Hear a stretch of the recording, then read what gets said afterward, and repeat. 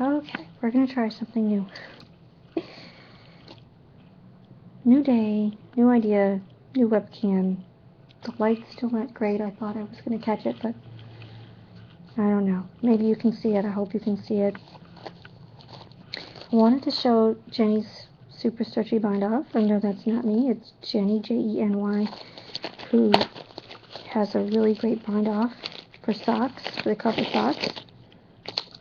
And I decided that what I'm going to do instead is I'm going to show the figure 8 cast on, which I never used to like, and then all of a sudden decided I do like it. And then I'm going to knit for a bit, and then I'm going to show the super stretchy bind off. Okay.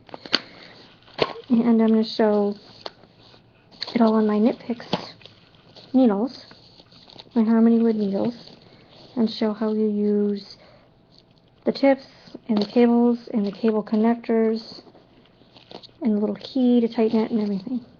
See, key, see? I know, I'm crazy, I know. I don't even know how to open a bag, right? Okay. Size 5s. First, I'm going to hook 2 cables together using a cable connector because I'm going to show how to magic loop it.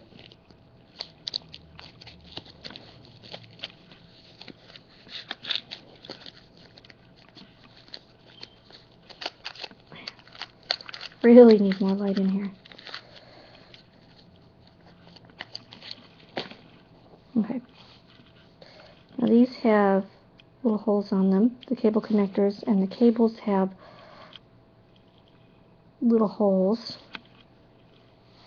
And I'm going to start by twisting it on by hand until I get it snug, and then, oop, I need another key.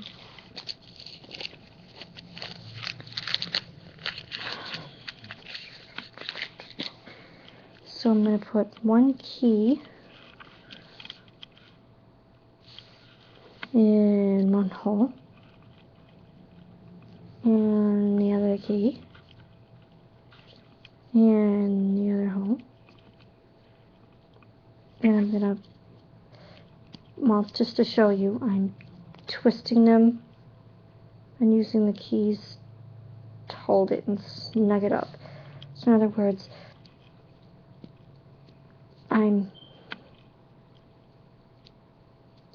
if you can watch this key, just you can tell I'm actually doing something, see, and then holding a finger here and holding a finger here and pushing. So you get them snug so they don't unhook. I'm going to do the same, and I suppose you could use the keys right from the start, but I don't see the point. Now, it's up above where you can see because I've got to twist it around, but it's the same thing. One key in the cable hole and one key in the cable connector hole. And then, again, opposite and snug them up. And I've lost these keys before, so I'm going to put them right back into my little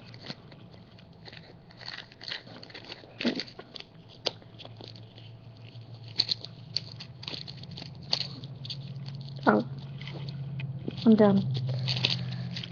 I only need one key now, but I do still need one key because I haven't put my tips on.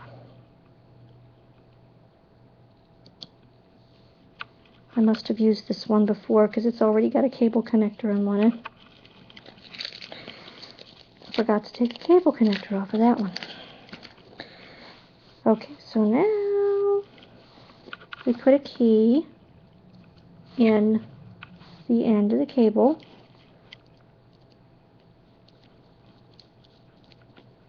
Hold it, my needle, and snug it.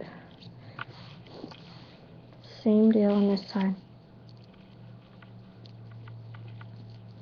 And the nice thing about this is, let's say you're making a shawl and you want to add more length, like say making a really big shawl and all of this turns out to be not enough, you can slide all of this down, take one of the tips off, and add another cable. You know, if you've got more cables, you can add another cable to it, make it longer.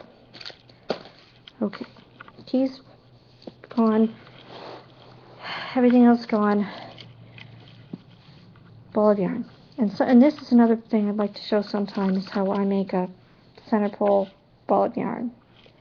I won this myself, even though it's kind of funky. Okay, oh, there we go.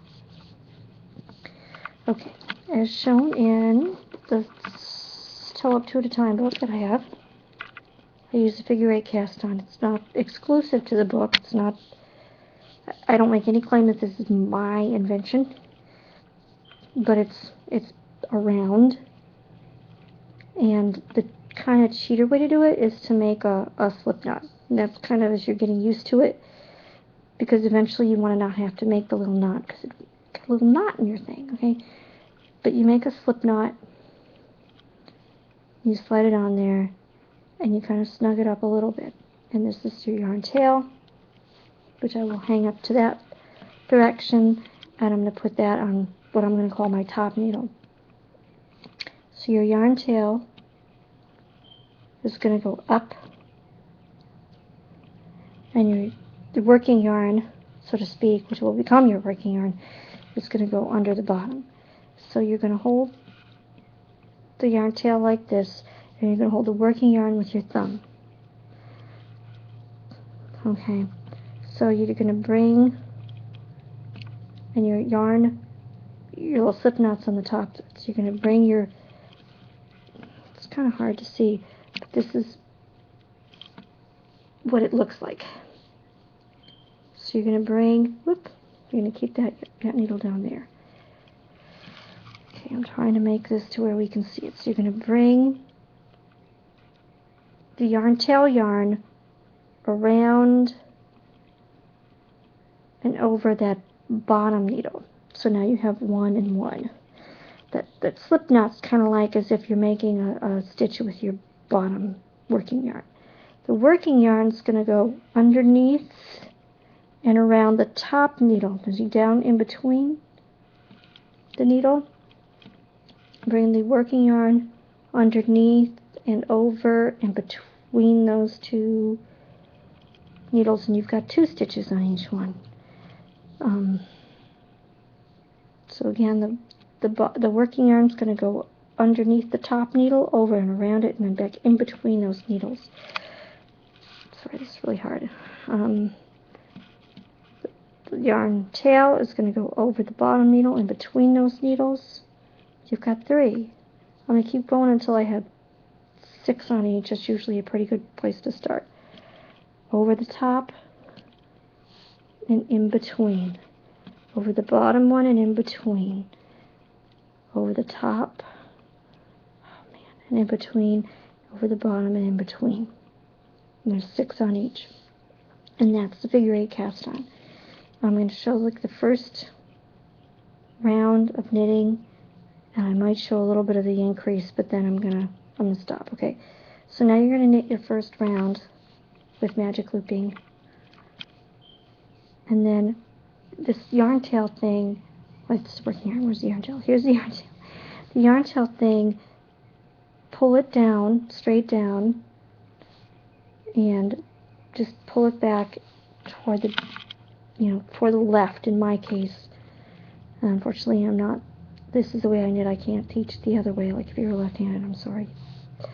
But you're going to hold that, see how the yarn is going right there along the stitches underneath, and just hold it there with your hand.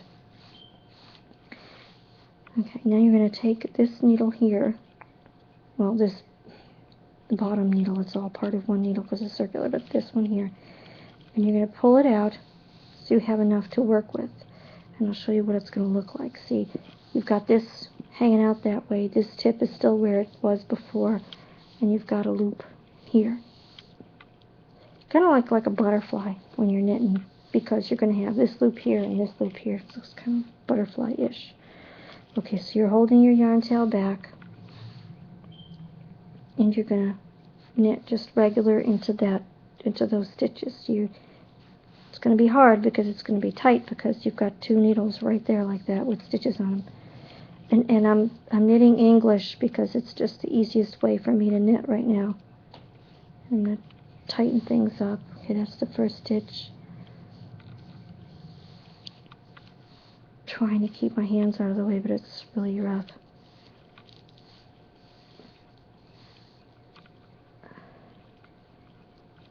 And I'm trying to keep that yarn pulled. I think the first stitch kind of locked it in though.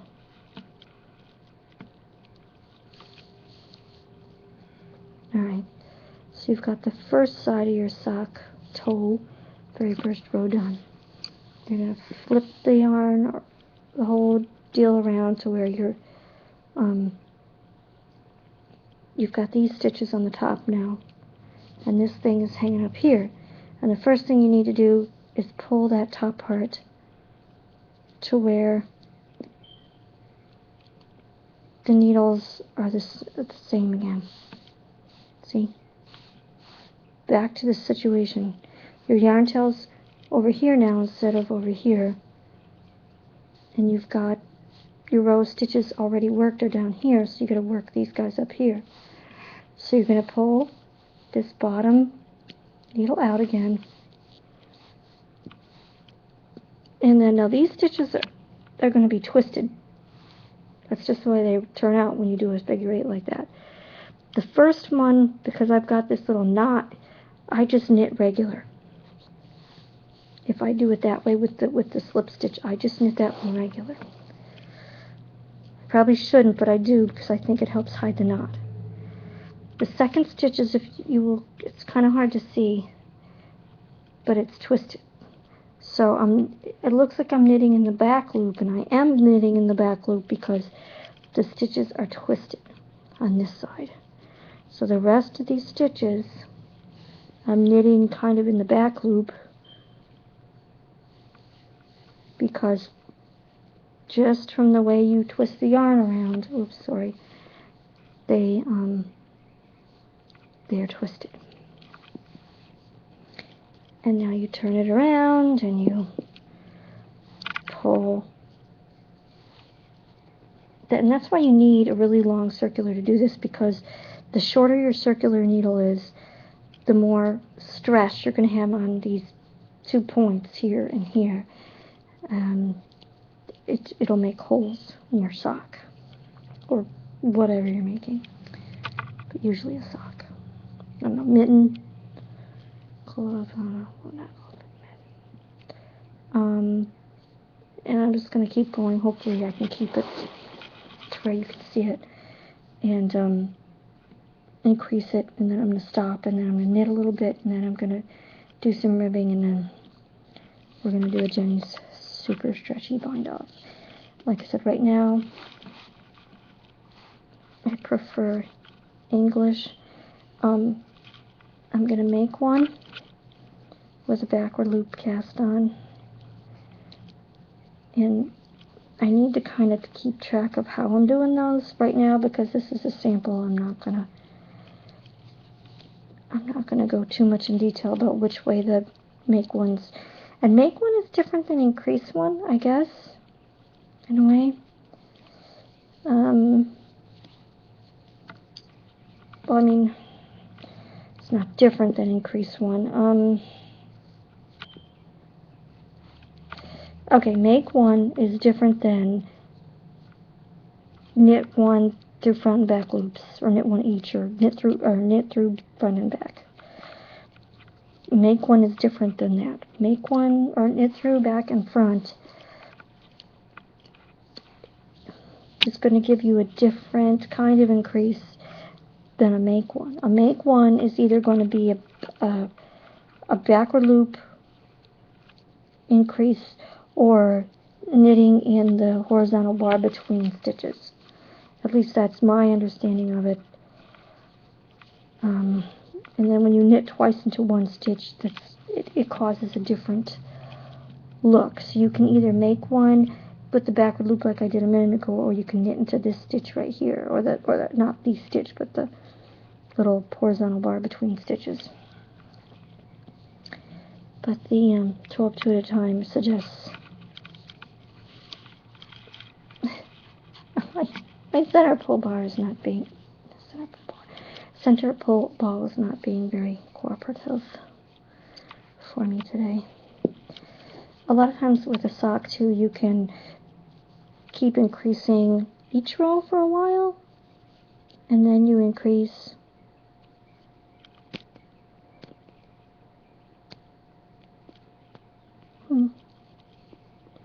you can increase every other row. That seems to be the common practice here from what I'm seeing. My joins on these aren't very good. Sorry, I ended up there because I was doing something. Okay, so now we're back to the beginning. I've knit all, well, there were 12, now there should be 2, 4, 6, 7. What am I doing? 2, 4, 6, 7. I'm missing something somehow. Oh, I missed an increase there? I missed an increase there. How are we going to fix that? I don't know how we're going to fix that. But I'm going to keep going. Do one more row. I'm going to stop.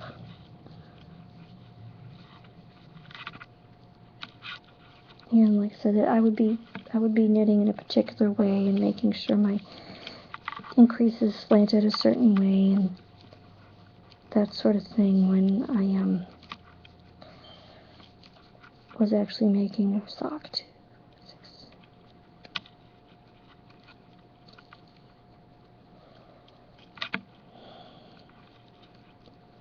Ugh, and this is like acrylic, so really not digging it.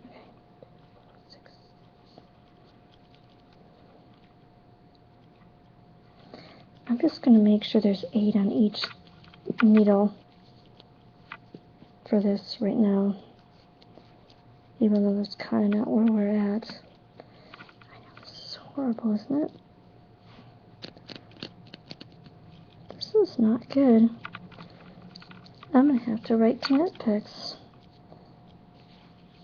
I don't usually use the 5s. These are the 5s. I usually use the 4s. 2, 4, 6, 7.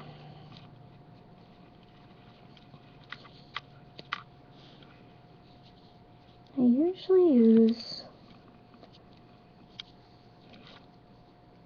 the 4s.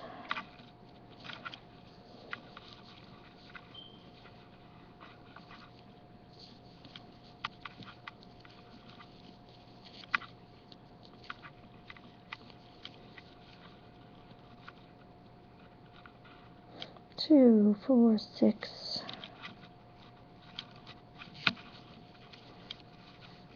7, 8. Okay, let's stop it for a minute. We'll come back and we'll finish everything.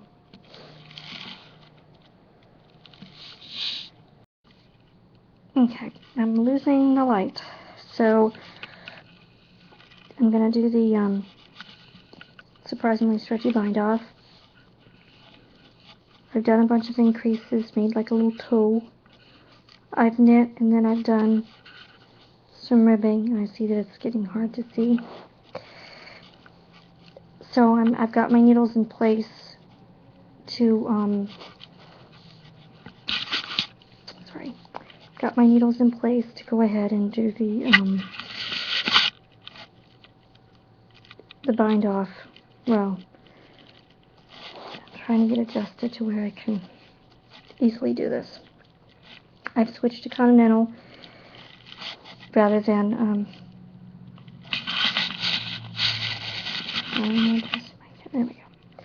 I've switched to Continental, so I'm going to hold the thread over the back of my hand, control the thread with this finger, and for the super stretchy bind off, before I'm knitting, I've got, it's hard to see because of the light, but I've got a knit 1, purl 1, knit 1, purl 1, knit 1, purl 1, knit. So I've got a knit stitch to start off with here to bind off, And before a knit stitch, you're going to do a yarn over. And for a knit stitch, you're going to do a reverse yarn over, which means the yarn comes over from the back and around the front of the stitch. And the way I remember this is because the yarn's in a perfect position to knit after this kind of a yarn over. So you're going to go ahead and just do the yarn over and then knit that stitch as usual. And then you're going to pass, oh, come on now, like acrylic. I'm not a yarn snob. I'll use acrylic, but this is, I think it's Red Heart. I'm sorry, and Red Heart has a bad reputation for a reason. Okay, so I passed the yarn over the knit stitch. Now I've got a purl stitch. And before a purl stitch, back to front, you do a regular yarn over, which means you, why is it flying here? Kids left the door open. You do a regular yarn over, which means the yarn goes from the front to the back, and that leaves me in a really good position to do the purl. Whoops. And then you pass the yarn over the purl stitch, and then you pass the knit stitch over the purl stitch.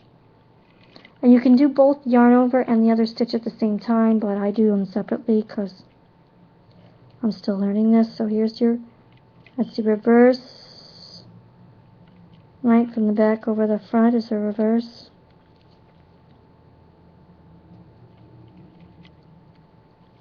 And then I'm not knitting very tight. So the yarn over goes over the stitch, and then the previous stitch gets pulled over the stitch. So from the back, so from the front to the back, yarn over for a purl stitch. Then the yarn over goes over, then the other stitch goes over. What did I say? Back to front. I'm gonna try it. Both of them at the same time. Okay. Front to back. And then both of them at the same time.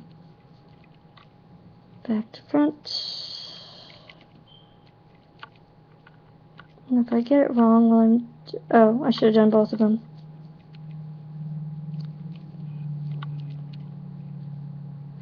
Front to back. And you always bind off or ribbing in pattern, I guess. Back to front,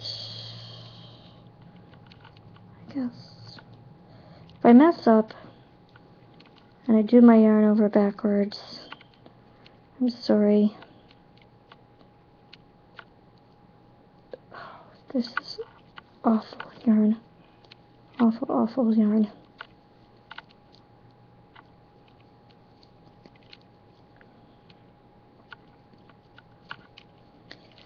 Now the last time I did this bind off, I used double pointed needles. So I'm going to go back to doing them separately because I think it's splitting.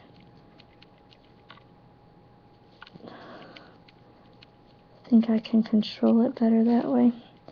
Anyway, I started to say, I used double pointed needles the last time I used this cast off, this bind off, whatever you want to call it. And when I came to the end of my double pointed needle, it was just really easy to just start using the next needle and just go and drop needles as I went. I'm gonna pull some more yarn. Okay. I don't know what I'm going to do when I get to this point, or in the end. I don't know. You don't know. Oops, I gotta do my regular yarn over, I guess. Yeah, I'm back to doing them separate. See, I gotta think about it. Every time I do it, I gotta think about it.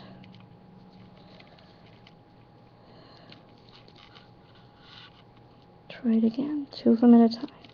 The yarn over and the stitch. Okay. The yarn over and the stitch at the same time.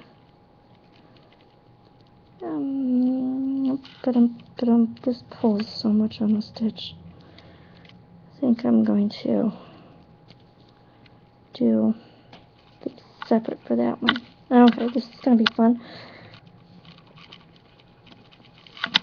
Okay, you still have to move the stitches down. How am I going to put this over? Oop, dropped my stitch off. Do you see it? You see it right here? I'm going to... There we go. There we go. I'm just going to hold it like that. Okay. So now what are we doing?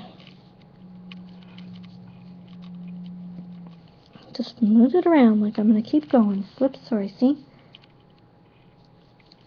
And the yarn over. Wow. I mean, I dropped the stitch right off of there and picked it back up. I didn't drop it on purpose. Dropped off my needle by accident. Hope the microphone's picking up my inane chatter. I'm not sure I like... Oops, sorry. I'm not sure I like the new system. But, whoop, made that yarn over really huge. Not sure I like it. I'm still getting used to the cam. And these videos are like way long because I sit here and do stuff and I don't have a video editor software right now. This is totally amateur. Just like with the figure 8 cast on, I make no claim that this is my invention. This is not my invention. There are plenty of places to go online to see it. I just want to, I think I want to make one point that helped me learn this, and then you can go on to somebody else who's better. But I find it easier to remember what to do with it, because it seems like when you do the knitting part of it, where you're going to bind off the knit stitch, it just really seems natural to have the yarn laying in that spot like that with the reverse yarn over. Because it was like, okay, which way does this go for the knit stitch, and which way does it go for the purl stitch again? But that seemed to be really, really natural. And then when you do the purl stitch, having the yarn around this way and doing the purl stitch seemed really, really natural and to work really, really well. So it was like a help to me to remember what to do. And that's just, I don't know, if anything, that's what I want to get across. And mainly the point is, if there's something that helps you remember what it is you're supposed to be doing with a particular technique, you know, even if it doesn't say it in the instructions for the technique, you know, it's something for you to remember for yourself. Anyway, I'm almost to the end. I'm not going to show the end of the bind off because I think there's a few places online. If you Google the Jenny Super Stretchy Bind Off, again, that's Jeny, Jenny's Super Stretchy Bind Off. If you Google that, you will find, well, first and foremost, Cat Port Eye. And I think she shows in that video the way to end your circle bibbing for your sock or whatever. Right? And I'm not going to, like I said, I'm not going to finish that. I'm not going to cut the yarn. I'm just going to make it nice and stretchy. It looks nice. It's kind of cruddy because this is stupid acrylic. It's like a little toe, or it could be a little hat for a little stuffing, a little shoving. I don't know. But that's the Super Stretchy Bind Off. It's not that great with acrylic though. Alrighty, I don't think I'm gonna do any more videos today. I want to do some more today, but like I said, I'm losing the light. Um, there you go. Thanks.